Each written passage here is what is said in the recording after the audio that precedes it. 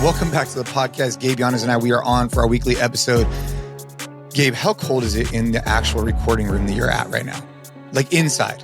I don't know. I think I should really get a thermometer because I'm curious how cold it is in here, but I know that it feels like it feels like 18 degrees outside. And I've mentioned this on the podcast before. I love my office. I'm so lucky that we have this little space, but this was the original. They built like a really quick, like little casita, the original owners, while they were building the main house. And that's what this is. And it was, it's a cool little structure. It's a good little office for me. Eventually we want to make it like an office guest house, but it has no insulation. So 0 insulation. So in the summer, it's hotter in here than it is outside. And in the winter, it feels colder in here than it is outside. So yes, I'm standing here. I have gloves on. I got a space heater right next to me.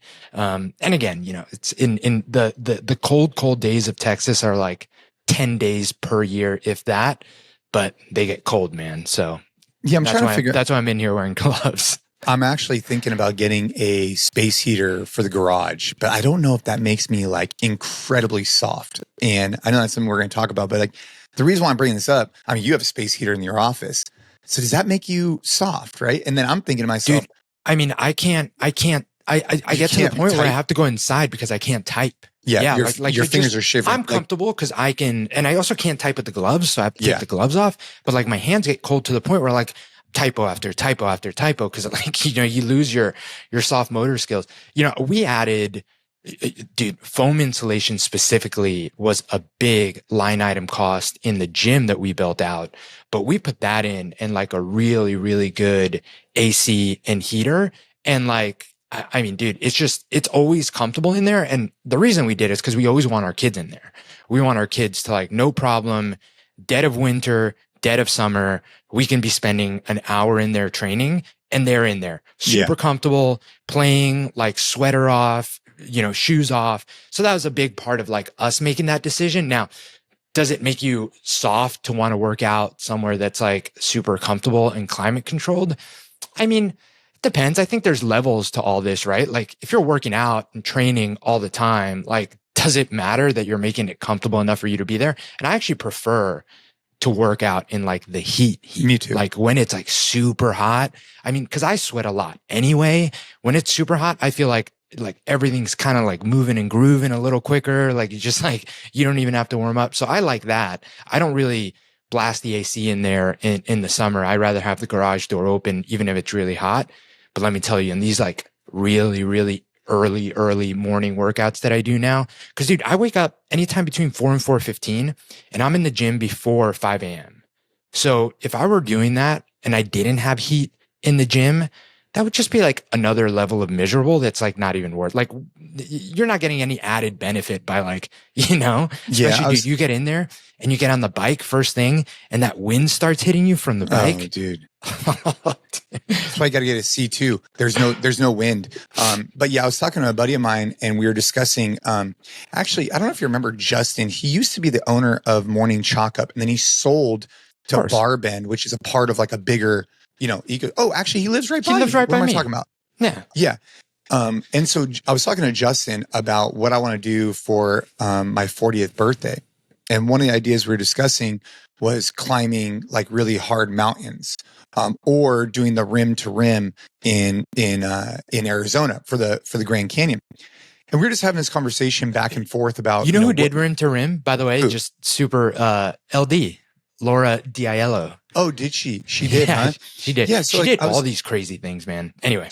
Dude, so this guy, basically, he sold Morning Chalk Up. And then for a year, he basically just like traveled the country or the world or wherever and just climbed mountains. And so I was like, all right, well, dude, if I'm trying to like climb a mountain for my birthday, I might as well hit up a guy that does it on a regular basis. 'Cause I don't know anything about climbing a mountain. Yeah. So I hit him up and he sent me a few options in the Sierras. And then he sent me the rim to rim and a few other options. But one of the things we started talking about is like, he's like, what is your goal? I was like, well, dude, I want to do something hard. I want to get to a summit. I want to feel like I accomplished something very difficult, but not impossible. Like, I'm not trying to like be that guy who gets lost. Like, I'm not trying to like go kill myself trying to climb a mountain for my 40th birthday. Like I'm not trying to do Everest and I'm not trying to do an afternoon hike. I'm trying to do something right in between. And so, but it brings back to the whole point about like the soft thing is like, there is a world where I could do it like really extreme, but like maybe I'll work myself up to that because I'm not trying to be that guy, dude. Like I'm actually a little bit concerned about the altitude, even for the group that I'm with, because you're like going to be at like 14,000 feet and like getting altitude sickness would not be good. So we'll see. We've talked about this book before, but have you read The Comfort Crisis? Barry from, he's not from Sheepdog, but does the marketing for them. He's the one that first mentioned the book. That's and I read right. it. Yeah. After he mentioned it. Did you ever end up reading it? I think I did like way back when he did, but I don't remember it now that I'm thinking about it. We've had so many books recommended. Like the one most recently from Anne was, Comfort Crisis is a fantastic book and talks a lot about this. Influence. You know, one of the things that I want to talk about today, and this stems from a social media post that we put up that went up on your channel about, you know, the world got soft because men got soft. And I specifically wanted to talk about even some of the comments that I read on there and just how I think people just completely miss the point of the message. And I think it's a good opportunity to talk about it. But in the book, it's all about just how, you know, we've constantly chased comfort to the point where now we're in a crisis because we are never uncomfortable or bored or doing hard things. And it's just made us, you know, for lack of a better term, soft, whether that's physically, mentally, whatever it is, anxiety being high, depression being high. Like, do these things happen? Not because, you know, people are quote unquote soft, of course, but is that part of the reason why all of these things are on the rise? I think it'd be silly to say that they're not. I mean, of course they are, right?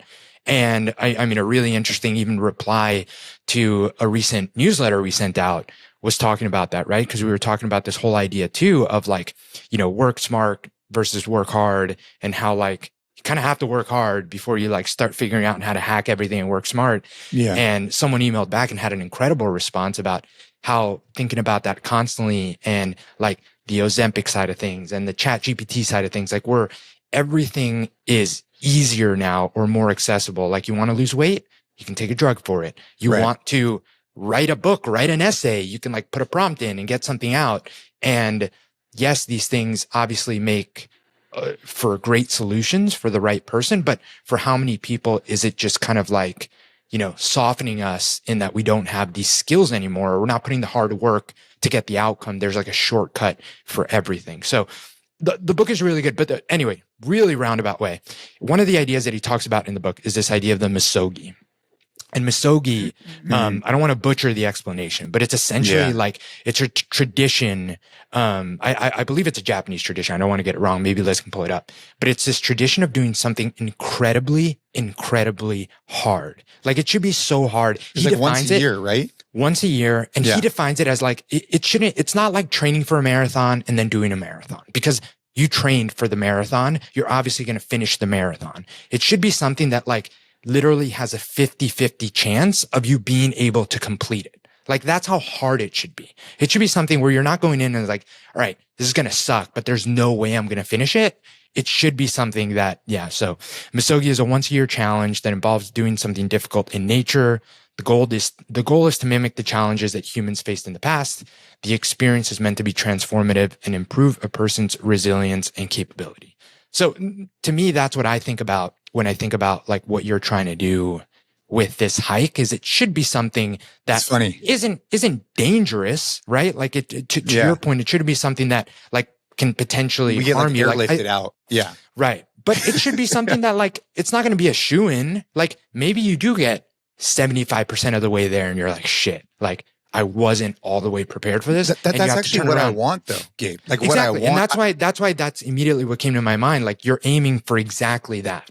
I'm like success for me would be to get like 75% of the way there and be like, ooh, this might've been a bad idea. Not because like my friend's dying, but because like my legs are throbbing. I can't really move them. I need to sit down for like 30 minutes before I get back up again. Stuff like that. You know what I mean? Like it's all relative here. All relative. Yeah, it should be hard, man. And we never do that anymore.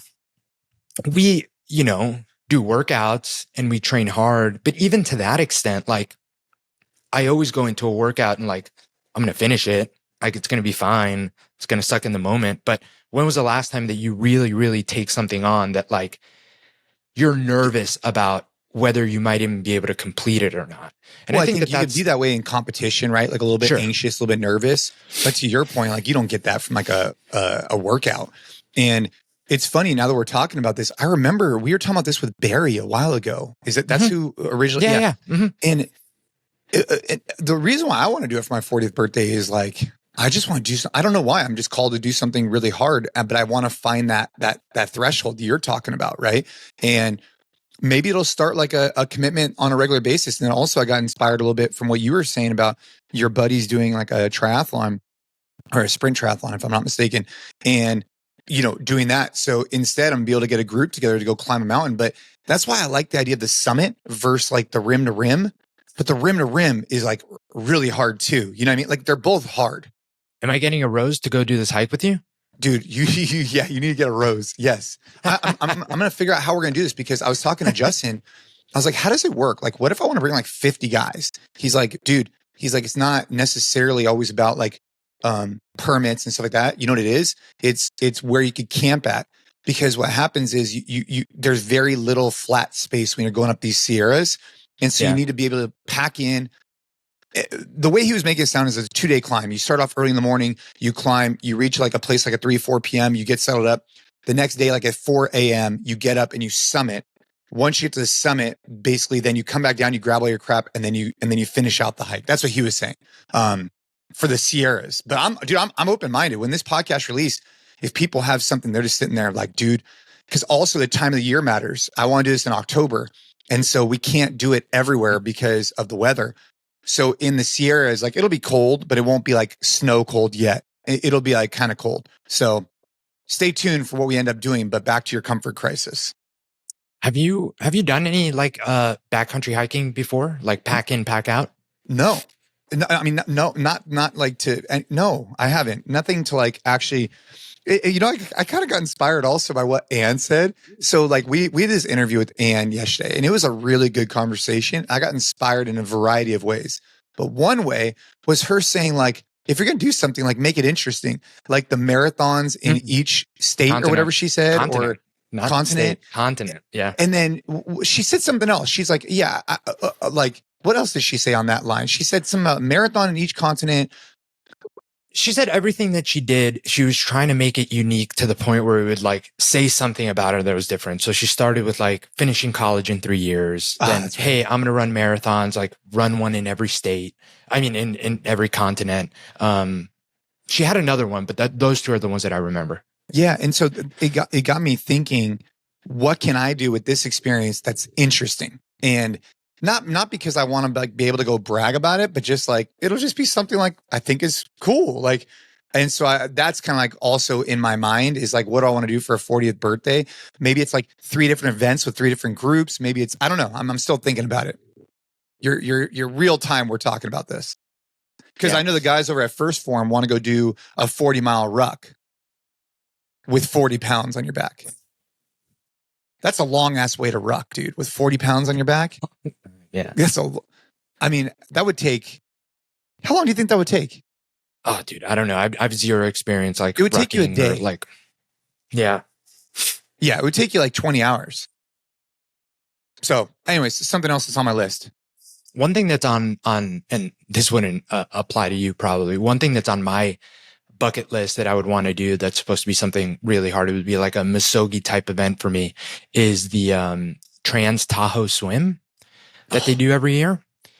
I've done some like, it would be cool to get back into swimming. I swam in high school and college, and I don't think I've mentioned this to you about it, but one of the coolest things that we did in college is as a fundraiser, we as a team of 6 swam around the island of Manhattan. So they do that once a year. There's a race where you swim around the island of Manhattan. It's like 26 miles. Some people do it solo. It's one of the 3 like major open water swims in the world. There's like crossing the English Channel. There's swimming around the island of Manhattan. And there's one more that I'm not, we did it as a team of 6. So very, very different. You're That's basically still a lot of swimming. It's still, sure, for sure. It's still a lot of swimming. I did the first length. So you start out on the west side of Manhattan, anyone that's familiar with Manhattan, on the lower west side by Hudson Park, and you go around the island. And then I switched off with my first teammate. I think it was under the Williamsburg Bridge. And, then they do a certain distance too. So the first 3 lengths are like predetermined distances. And then after that, it's just you switch every 30 minutes until you're done. And the whole team is like on a boat next to the swimmer while you're going. Really cool event. It was an awesome experience. You know, people are cheering from the shore. It's also like pretty surreal because you would never think to swim in that body of water. Is that water hella nasty, dude? It's gotten a lot cleaner, actually. But RFK Jr. is one of the ones that's like attributed to cleaning up the Hudson specifically. There was a time where the Hudson was like super, super, like very, very bad water, but it's actually really clean now. They do a bunch of triathlons and races out of that water now. Yeah, I mean, dude, I was telling Ashley, we were in the car and I was like, oh, what other ideas can we think of for a 40th birthday that sound like one of these Misogi? I mean, I think that's how you pronounce it. I have no idea. I've just someone's gonna be like, bro, you guys are butchering the shit out of that. But I was like, dude, anything to do with swimming? I was like, ooh, because I kind of gave that little ooh because, dude, I mean, if you're trying to hit that threshold that we're talking about, like 75%, whatever, doing that in water doing that in water isn't always the best idea. For sure. But wait, the Tahoe, is it from one side all the way to the other side, right? It's far. So it's cold. It's the width of it. It's cold, even though it's in the middle of summer, but the middle of the lake gets pretty cold and you're also at altitude. So that adds another element to it. But yeah, I mean, I would love to train for and do something like that. For anyone that doesn't know, I know you were just in Tahoe, different in the winter, but Tahoe in the summer is just, it's a beautiful place. It would be a beautiful thing. It would be like a really cool thing to do. And I've been familiar with it for a while since I lived in Marin, because at the time I got back in swimming a little bit and there was a master's swim team that I like went to a couple practices in, too, but they send groups up there all the time. You don't wear a wetsuit though, right? No. You can't wear wetsuits for these things. Yeah. Yeah. Huh. All right. Well, keep me posted on that. I'd love to be able to cheer you on, but I'm not going to probably participate. It would be like I mean, that's, dude, I would be, I got plenty going on now, but bro, I think I'd get freaked out. Full disclosure, while we haven't even really dove into this full soft thing, but full disclosure, I'd probably get freaked out. In the middle of Lake Tahoe, I would just think to myself, fuck, dude, this thing is like thousands and thousands of feet deep. And there's gonna be a monster that's gonna come up out of the bottom and bite me. And I don't know why, man. That's just the way I feel. I mean, I'm more comfortable in the ocean than I am in the lake. Something about a lake. Oh, really? Like there's just, I don't know, man. Like there's creatures in there. No, dude, the ocean is a terrifying place. The ocean is a terrifying place. And I've done a lot of open water swimming when I was doing triathlons. And even I did my first, this is crazy to think about now. I was just talking about this the other day because I saw the picture. I did a 1 mile open water swim as a 10-year-old. No. Yeah. Dude, we should put up a poll at some point. I have the medal from it. What do you think? We should put up a poll and be like, what's more scary? What's more scary? Swimming in open water ocean or swimming in a big ass lake? Not like a little lake, a big ass lake, like a Lake Tahoe. 100% the ocean. But I mean, I just wanted to I can't point that out to say. You swam a mile in when you were 10? Mm-hmm. Like it was out like and back? No, it was usually a lot of these you go out and then you swim parallel to shore for a certain distance and then you come back. Yeah. See, Liz even says 100% lake. 1,000% lake, she said. I don't understand. There's no sharks in lakes. Let's have a practical approach here. Practical approach, the ocean probably has more. Oh, dude, look at this. Reward offer to catch Nevada Lake invasive fish dumper. I don't know what you're looking up here. Oh, she just Googled Tahoe scary fish. So, okay, the ocean clearly has some very aggressive animals. Case in point. Yes. Dude, Ashley told me yesterday, someone in the Turks and Caicos got both their hands bit off by a shark. And I was like, dude, that doesn't make sense to me. Like, why would you get both your hands chopped off? Like, that's kind of a weird thing.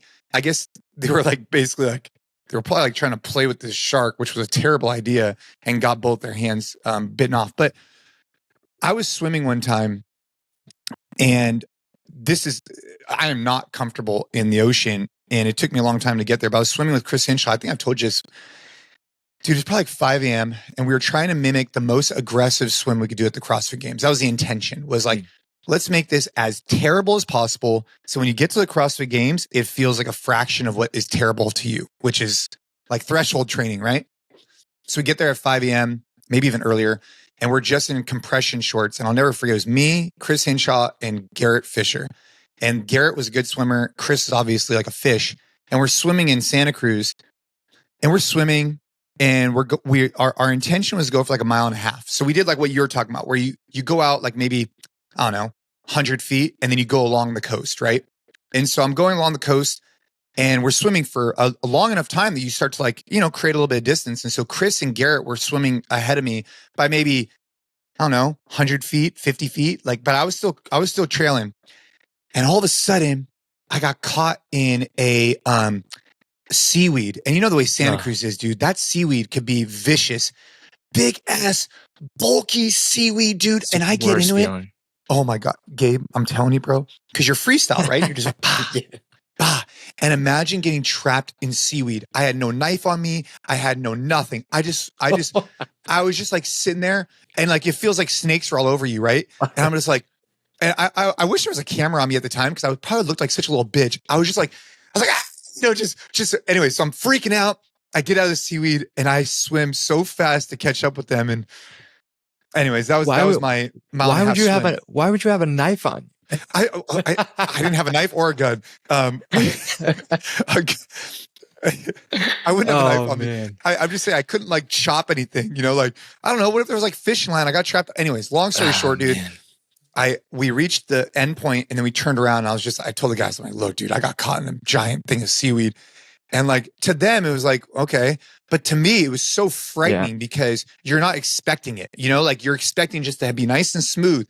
But then all of a sudden you trap this seaweed, and dude, swimming's scary.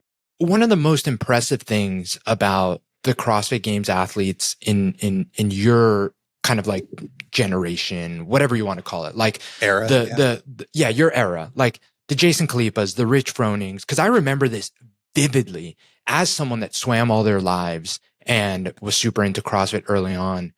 I can't remember the years, but like the early years, and Rich Froning was a pretty good example of this, cause he was like notoriously like a terrible swimmer. Right. Like you would watch him and you'd be like, man, like that sucks. Like he clearly has not swam before. Like he's very fit, but he's like trying to figure it out. And then in like 3 years, you watch the CrossFit Games and everyone was swimming great. And it was a huge testament to the work that a lot of you put in to get comfortable at something that, as someone that swam all of their lives, because I told you I did my first open water swim when I was 10.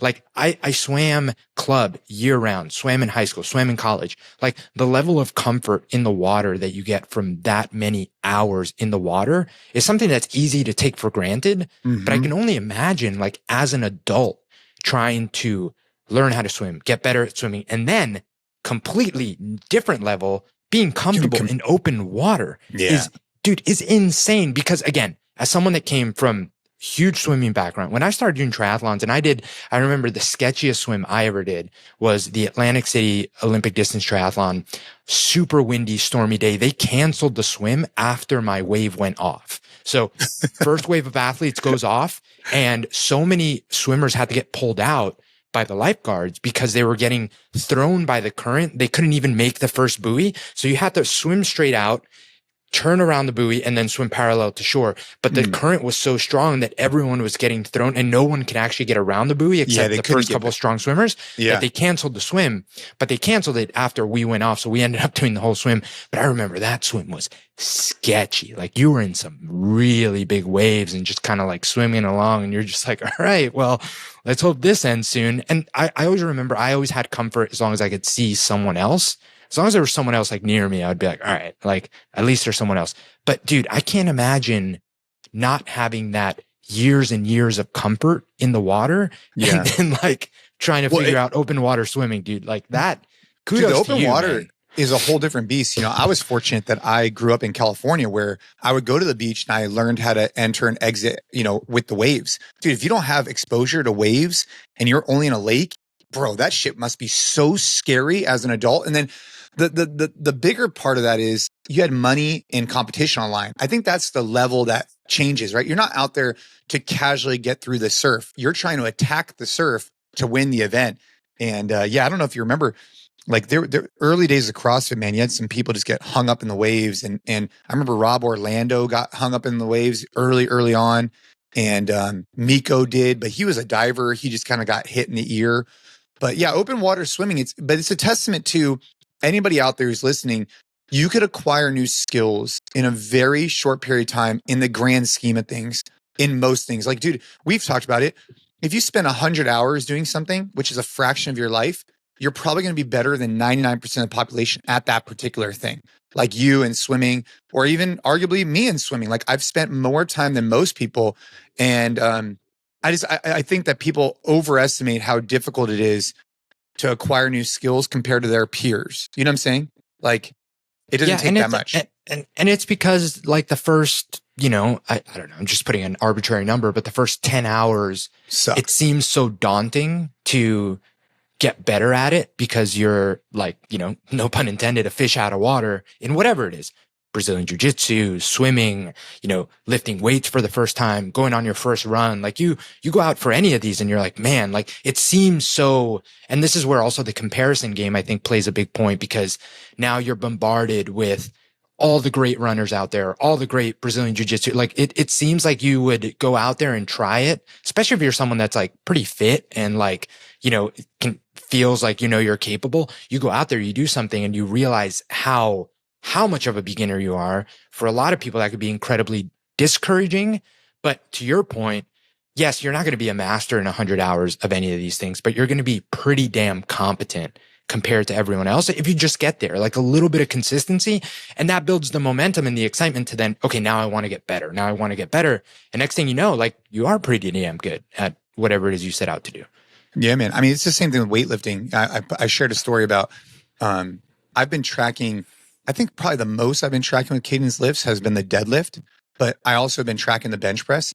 And I shared a story today. Over the last 2 years, if you look at the bench press, it's gone up by 20 pounds or something like that, or maybe like 30 pounds in 2 years.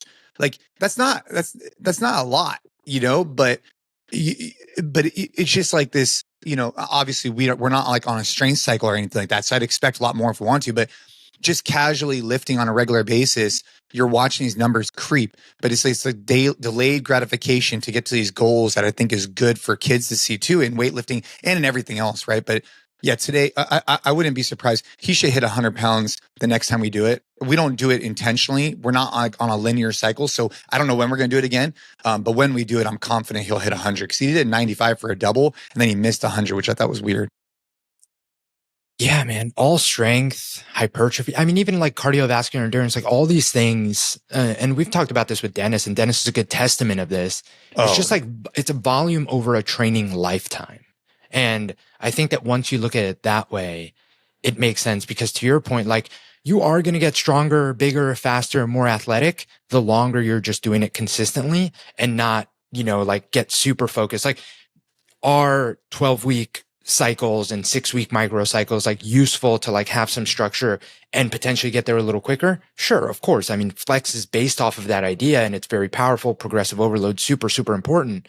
But at the end of the day, if you're someone that's going to get super dialed in and do like a super like specific cycle for like, 6 weeks, 12 weeks, whatever, and then either fizzle out or get injured, get burnt out, and then you go 2-3 months before you quote unquote get back into it, and you have someone else that's just consistent, like constantly going in, getting quality reps in, not too worried about like the cycle that they're on, more of like the approach with like a program like Force. Yeah. But they're constantly doing it, constantly touching the weights, constantly getting good stimulus in, and just accumulating more volume through a year, through 5 years, through 10 years.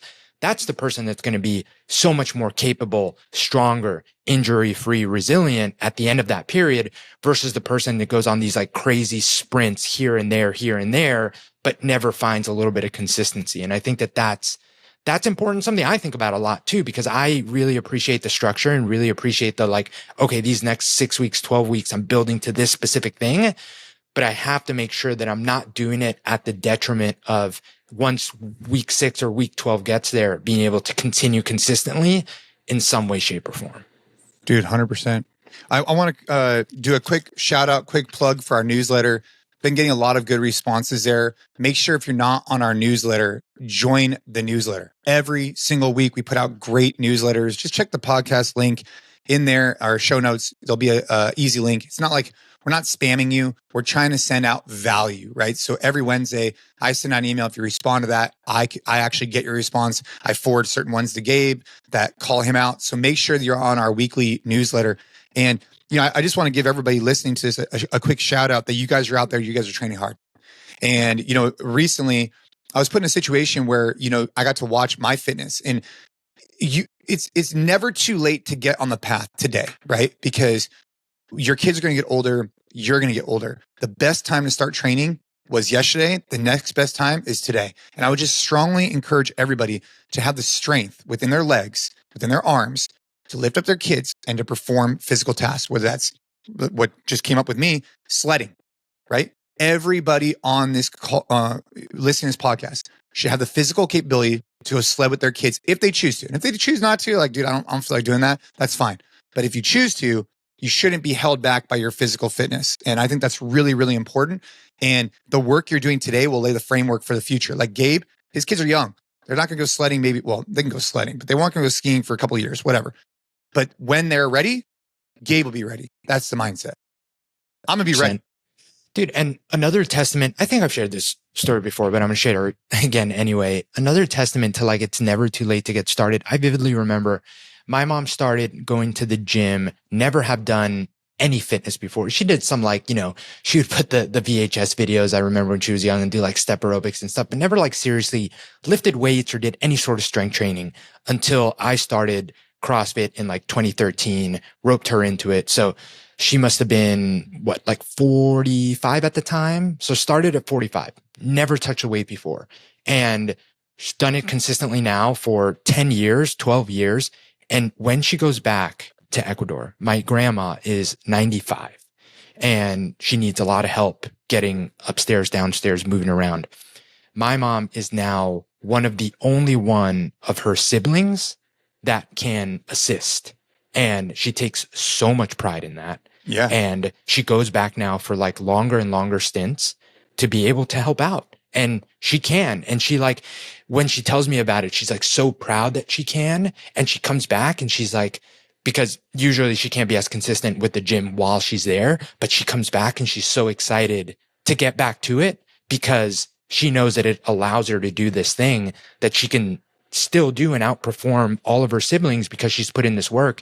And that's just one of the examples that I constantly think of like, man, never lifted a weight in her life, decided to do so at 45 and got incredibly strong and capable to do something that is incredibly important for her in taking care of her mom. And, that's just another example of, man, like sometimes people think, well, I'm 40, well, I'm 50, well, whatever.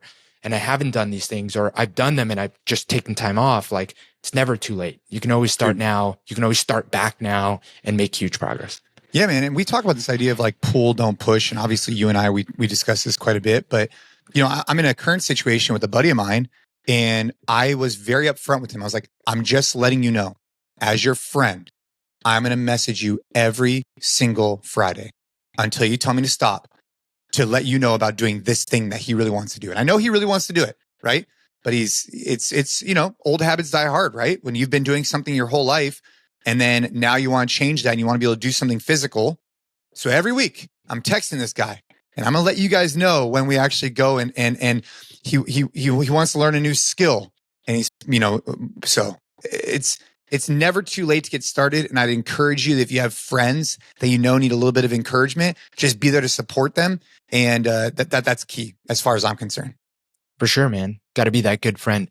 I wanted to talk about this idea. We kind of talked about it in the beginning of we put out a post on your channel. The world got soft because men got soft. And, a lot of this is playing the social media game and trying to put stuff out that elicits a response and gets people to like want to read. Like, what do you mean by that? What do you mean? But one of the specific comments that I saw that just kind of like, I drove me nuts a little bit was this guy that said, he had a statistic about how, back, 20, 30 years ago, it was like very few men reported even knowing how to change the diaper. Yeah. Yeah.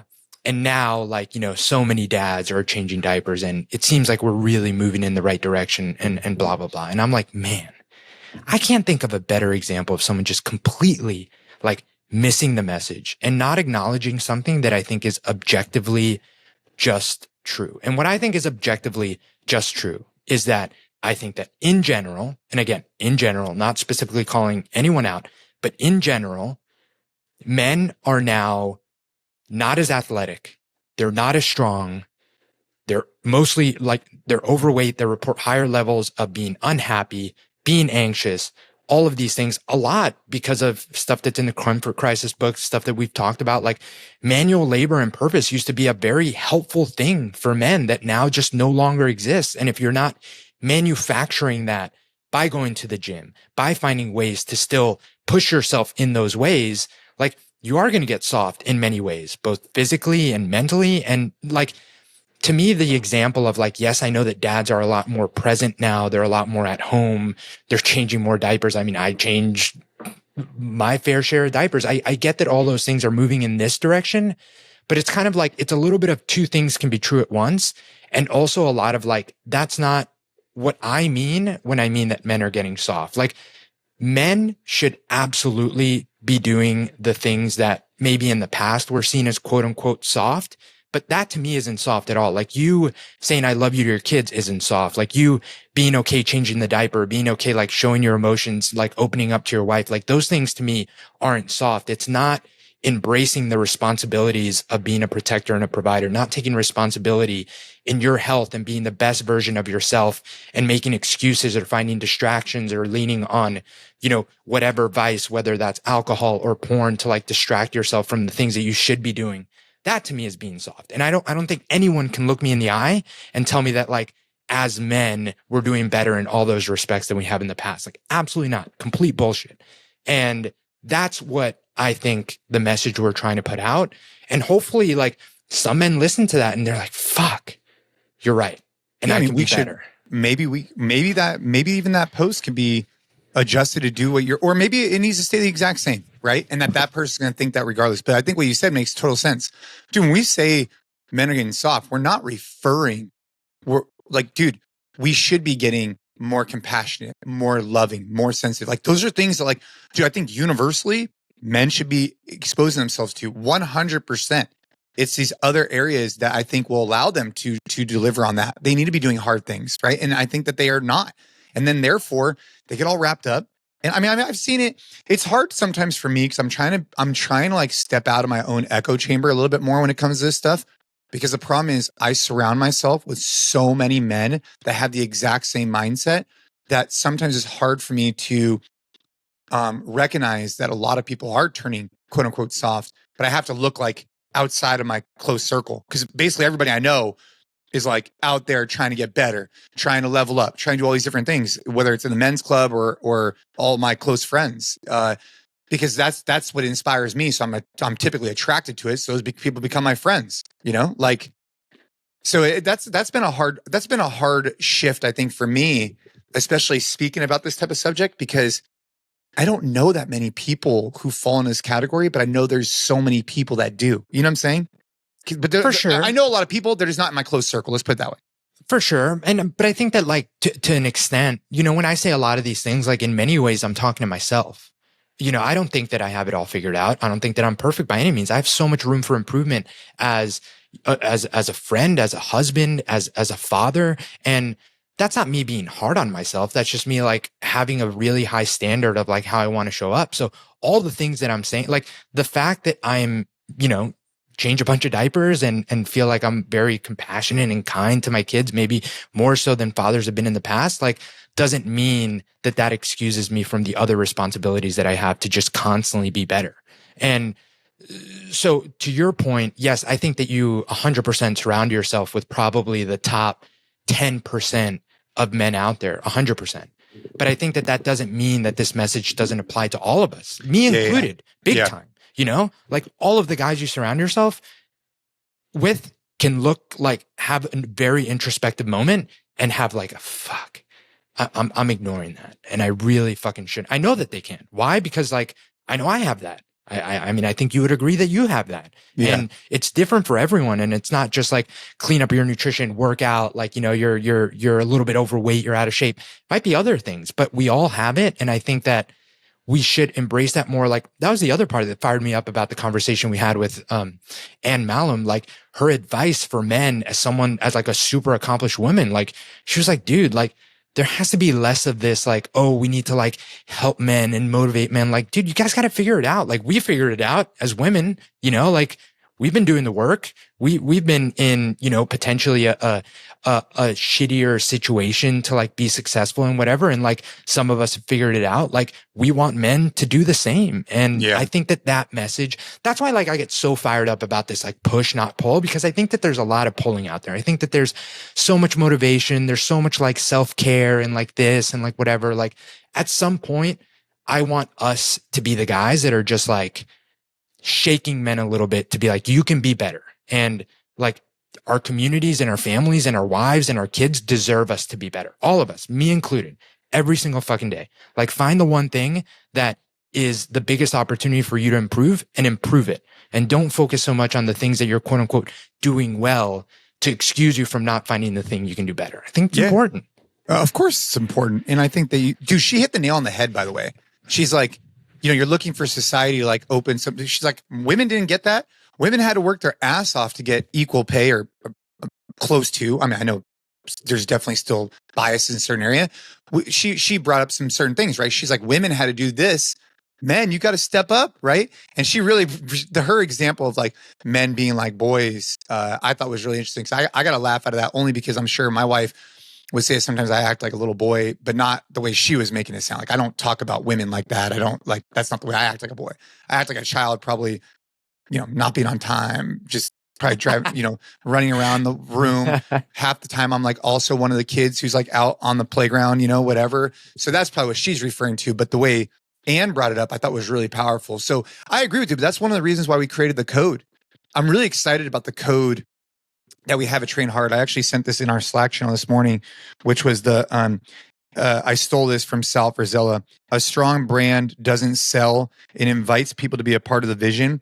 And whether you pull or push to invite people, that's a discussion you and I will continue to work on and do both, basically. But nonetheless, invite people to be a part of the vision, I think, is so important. At Train Hard, what we're about a code, and we created a manifesto. And I want to, Gabe, like, create that. I want to get it printed. I want to put it all over our website. I want guys and girls, if they align with this mission, to be like, fuck, I'm all in on that code. That's what I'm about. And because then we could hold ourselves accountable to something. I think that's really important. It's something that we've lacked in the past, myself included, right? Is that now you have this code and you're like, all right, this is our ethos. This is our culture. Are you in or are you out? The way you finished it, I thought was really powerful. It was like, what did you say? How did you word it? It was like 3 things, right? If this inspires you, remember? You know what I'm talking about? What, in the manifesto? Yeah, at the end, it's like if you read this and you're fired up, like, welcome. Like, remember, you know what I'm talking about? Yeah, we'll do a whole podcast episode on it. And like, it's going to be everywhere. I want to get it like on our website. I want to get it just everywhere because it should be a reminder, not just to people out there that are trying to figure out like, hey, is this Train Hard thing for me? But also a reminder to ourselves. Again, I think that in many cases, this whole idea, whether you want to call it a manifesto or whether you want to call it about your company values, like core values, like these terms get thrown around a lot. And sometimes I think it's lip service to like having some words that mean something and throwing it up on a wall. And then like everyone kind of forgets about it. I think that at least my intention with putting this stuff on paper is for it to really serve as a constant reminder and a constant like North Star for everything that we talk about, everything that we do should feed back to these things because we've determined that is our standard and that is what we want to be about. So yeah, man, I'm excited and I want to do like a whole episode where we really dive into them, but expect to see this stuff everywhere, especially as we roll out. We haven't talked about this much, but something really special coming in April. That's going to be the evolution of what we've done and what we've built. Train Hard feels like something that's been around forever because we've been doing it for a while and I've been so immersed in it. And I love what we're building, the brand. but it's really only been just over a year, and it's going to be fun to get to this next stage in what we have planned. So I'm excited. And I don't want to let the cat out of the bag, but some super cool stuff coming. We've been teasing it out in the emails a little bit, but just stay tuned. It's going to be fun, man. Yeah, we called it a manifesto. I think that we might go back to the drawing board on that one. Maybe call it a code, call it a standard, call it something. I want it to be something where if someone reads it, like I'm looking right now on my wall, I have the man in the arena like written out. I want it to be like that for someone, right? Like they put it on their wall and it's like, dude, this is the standard that we're gonna embody, myself, Gabe, and all others included. So that's what we're doing, and we're gonna do it big, and we're gonna do it, and we're gonna be diligent with it, and that's our plan. So I know we gotta make some moves on some other things we have going on today, but I just wanted to bring that up. And the final little piece of it was like, dude, if you read this code and it fired you up, like, welcome to Train Hard. If it made you a little bit uncomfortable, you're right where you need to be, or something like that. And if this offends you, we're not for you, or something like that. And that's okay. And that's okay. 100% okay. Yeah. And I think that's important too. It's realizing that the message we're putting out and what we're trying to be isn't going to be for everyone. And that's perfectly fine. That's perfectly fine. If you need a different little mix and recipe of push and pull that like isn't quite what we're putting out, like there are plenty of other brands out there that are doing a really good job building a community and supporting men and women in a very different way. I think that this is the most impactful way that we can do it. I know that you agree. We've had so many conversations to get to like this end state that I think we both feel really good about, that the whole team feels really good about. So I'm excited to roll it out and have that be a big part of, this next stage of what we do, what we offer, the training programs we have, how we deliver them, how we get community together, how we're talking to people, how we're having more of a two-way conversation, not just, one-way messages going out, all of that good stuff that, has been long in the works that I'm super, super fired up for. Yeah. The two-way conversations is going to be key for us. When we surveyed people, the biggest thing that we need accountability, community, and obviously there's some like nuts and bolts in the app and different things we're going to work on. But at the end of the day, we're trying to develop a group of people, community that want to train hard, want to live by this code. And we're going to do everything in our power to make an impact. That's the goal. So I appreciate all you guys for checking out the episode. Go back, check out all the other episodes. We have awesome guests that we've had on the show. We have incredible guests in the future that we've already recorded with or we have lined up that we're super excited about. But as per usual, simple ask. Number one, if you're not on the newsletter, you got to be on the newsletter. That's like basic. That's a ton of value that you're going to get. And number two, if you get value from these shows, and you're like, dude, I like listening to these guys while I'm pumping or whatever you got going on, share with a friend, leave the podcast a rating review. It definitely helps out the show, helps out the vision of where we're trying to go in the future. Without any further ado, man, that's all I got, bro. I just hope everybody keeps training hard.